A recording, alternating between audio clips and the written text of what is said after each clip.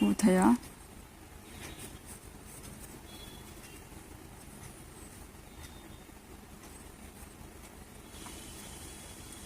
3,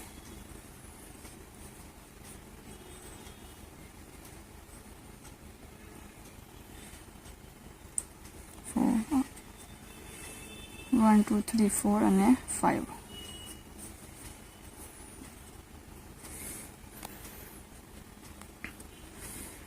ફરીથી ખેંચશું અને લેશું અને આમ બહાર નીકળશું. ચેન 1. એમ આપણે આખા રાઉન્ડમાં કરશું. આ બે છે એના વચમાં જે હોલ છે એમાં આપણે 2 ટાઈમ્સ કરશું અને આ પૂરું ઉપરનું લેયર આપણે આમ કમ્પ્લીટ કરશું. આપણે 15 કરી ચૂક્યા છે અને હવે આપણે 16th કરશું.